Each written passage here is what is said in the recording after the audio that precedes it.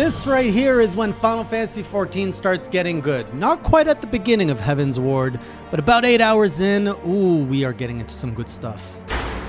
Welcome back, Classy Crew. We are done with A Realm Reborn. I almost knocked that mug off my desk. We are almost done A Realm Reborn. I still have to do some coils thing. That's coming up. But for now, I am in full-blown Heavensward mode. We are finally starting this pledge proper, and I have about 6 weeks to figure out how I'm going to finish this game, streaming it like 12 hours a week. I have to get to the end of Heavensward in that time to finish my pledge. But anyways, that aside, I am very excited because I'm finally getting into like a thread of story I am invested in. I'm going to be fully honest with you guys. When I started Heavensward, I was coming off of the Realm Reborn ending, which just makes you feel infuriated and you're like, I need vengeance. And then the trailer to Heavensward, as soon as it starts, you hear like this singing, this opera singing. And I'm going to tell you right now, to me, it sounded like screeching in my ear. It hurt my ear. It was really painful to listen. And everybody said I was rude, but look, I'm just telling you what I'm feeling here. The more I've been listening to it, I think more in tune I'm able to listen to. It's not as bad, but the trailer gets good anyways after the sad part when like the dragons show up and the music's like hidden with some drums and there's some chanting. It's like dun, dun, dun, dun, dun, and it's all about like the hero finding his courage again.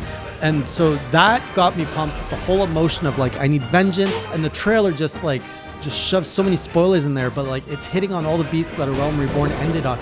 It's like, remember the poison, remember your friend who lost his arm, remember this little Lalafell. And it's just like, oh, I feel it. And then the music's coming and then you're turning into a dragoon. And it's just like, and this is gonna suck to say out loud because I know what you're gonna think. I saw that, I'm like, I should be a dragoon. And you're probably all saying, yes, but my pledge prevents me from doing that. And this is where you're all saying your pledge sucks, forget about it, enjoy the game. And I'm like, yes, but the pledge holds sway over me. Because yes, if I was probably playing this more relaxed, I would probably invest some time into Dragoon, which I know it's really like unfortunate and sad to hear. I just can't afford to do that right now because I'm trying to get to a certain amount of content by a certain deadline. And there's a reason behind that. It's not just me saying I'm pledging for the sake of pledging. It's because as a content creator, I actually want to start Monster Hunter Generations Ultimate in July. Like that's ultimately the pledge. It's 2 birds, 1 stone kind of thing.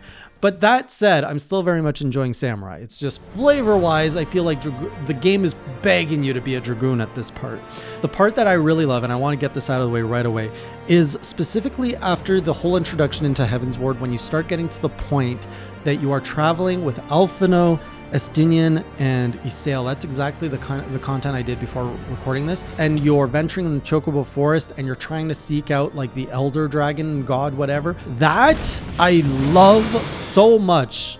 And I don't know if I should be talking about it now or if I should like get the boring stuff out of the way. I got introduced to like new voice actors, which I was expecting a bigger change in like Alphino's voice. I get what people say though. He is less annoying. I can't put my finger on what it is about the new voice actor, but they did make Alphino more bearable. Tataru got her voice changed too. I'm not sure I feel more one way or another.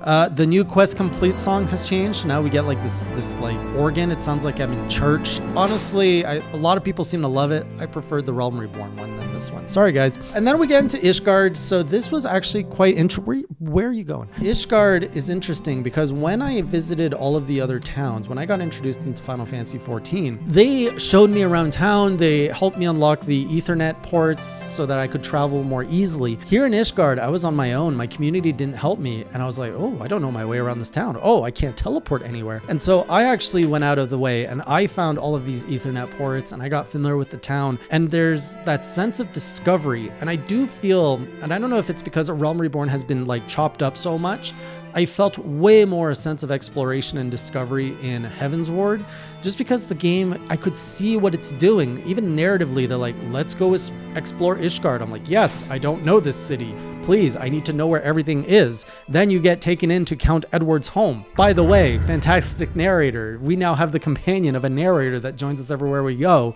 exclaiming how we're coming everywhere. And then we get introduced to his children, which I assume are going to become characters that have importance. And they introduce 2 areas as well as 2 plot threads that are they're okay, honestly. They're like Realm Reborn level okay, like slightly better, but still it was kind of boring. So we have Emmanuel, who's like really annoying kid, and that whole plot line, like we got to discover the Sky Islands, which is cool, and overall I got to meet, like there was this Vanu. It was a lot of fetch questing, which is why I think I'm saying it was boring, but there was a lot of new things to discover, which is why I'm like, okay, it's not that bad. And then all of this led to the plot point of, oh, in the sky there's a primal whale, and you know, I kill primals for a living, so I'm gonna go have to fight a whale. And then the other story beat with Artoirel, the older brother, it's all about the heretics, and I'm so tired of the heretics. Like, we've done this in patch 2.3 or 2.4 where we just dug into this already, and it just felt like a rehash. But I understand it was cementing the whole dynamic of the heretics with the Ishgardians, because it is a pretty heavy plot point as I'm seeing developed, but it was just boring to run through the snow. Oh, and what made it worse is I no longer have my flying mount, so I can't just go boop, boop, boop, boop to do everything. I actually have to run now, and my mount is at 1.0 speed, so it's slow to run with. I can't fly, and the lands are bigger, I think. Like, it takes longer to get from point A to point B, so all of that just felt like, oh, this is so monotonous. But then I got introduced to a mechanic I absolutely love. It's called the Ether Currents. It's a new mechanic that they're like, hey, you want to fly again? Finish all of these quests, find all these ether currents, you can fly in this region. I'm like, see what you're doing. And I like it. I like that they reward the player for doing this exploration. And I'm actually picking up blue quests and doing all these side quests because I want to fly. So once we get those plot points, then Alphino and Tataru get in trouble. Long story short, we meet the Archbishop. We find out he's with the Ascians, but he's not like really with the Ascians. He thinks he's using the Ascians, but like he also kind of looks kind of evil. Alphino got some new swag, some new drip, which is good. And then they're like, hey, remember Roban? He's going to get killed. We should probably go save him. I'm like, okay, we're done the intro of Heavensward. We know the new land. That's right. Let's go address all that garbage that just happened at a Realm Reborn. Let's do this. So that was starting to like pull me back in. So we saved Raban, and then it sounds like the Sultana might not be actually dead, but that there's a grander plot, and they just wanted you to think she's dead. And I'm like, oh, why are you doing this? Don't take it back. That was such a good like plot device. Now you're gonna take it away from us?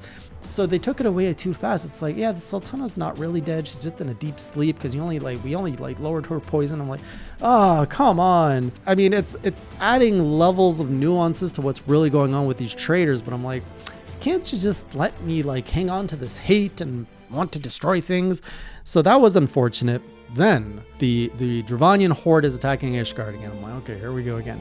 But now we get introduced to Estinian, which is the Azure Dragoon, which has an amazing personality of just being kind of like this elite commando who just wants to kill dragons. And he's very like, that's all he knows what to do. He's like, dragons, I kill them. Just give me a dragon. We go, and Alphino, I think, cooks up a plan of like, hey, why don't we just go talk to the heretics who can maybe we can like negotiate a peace with the dragons or something. And it's like, okay, well, we got to talk to the Shiva lady, who we learned later on her name is Isael. And all of that setup was like, I didn't quite understand, but when we started questing together, the dynamic of that party is so good. I'm like, oh, you could make a movie out of this specific plot point of like macho heroic captain of the guard with traitorous lady who's a rebel that hates the commander, me who's like, and Alphino, this little boy who's trying to find his place in the world after everything he believed in got shattered around him. And we're all going into foreign lands where nobody is safe, so we can't hate each other.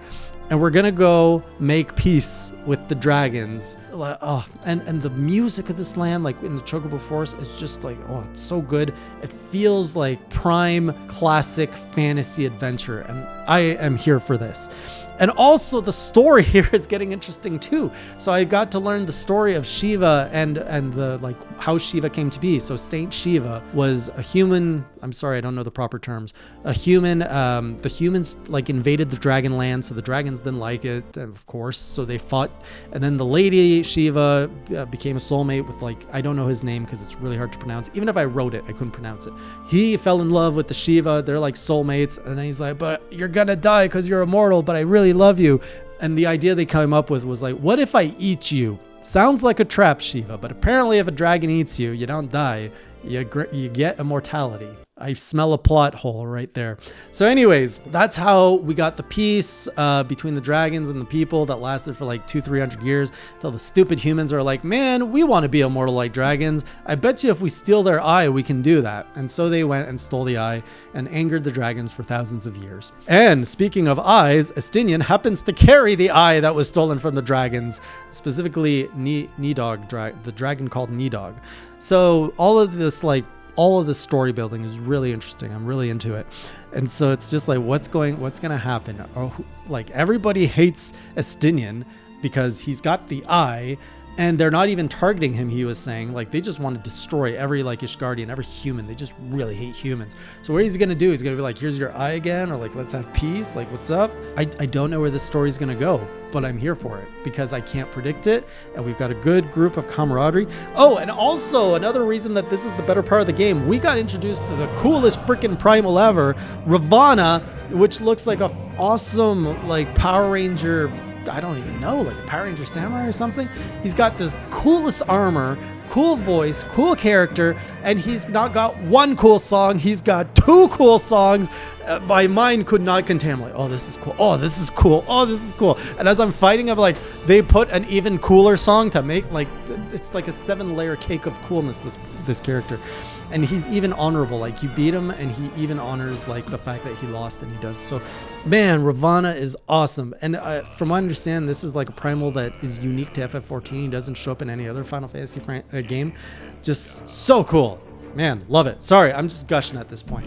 But yeah, Heavensward now, we're getting to good stuff. I really hope they don't take the foot off the gas, because if this is what I was promised, the content I was promised for, I'm here for it. I mean, I dug to get here, and I'm ready to eat good. So let's keep it up. I'll update you on the next journal as to where I am, or you can join me on stream over at twitch.tv/AJOfficial.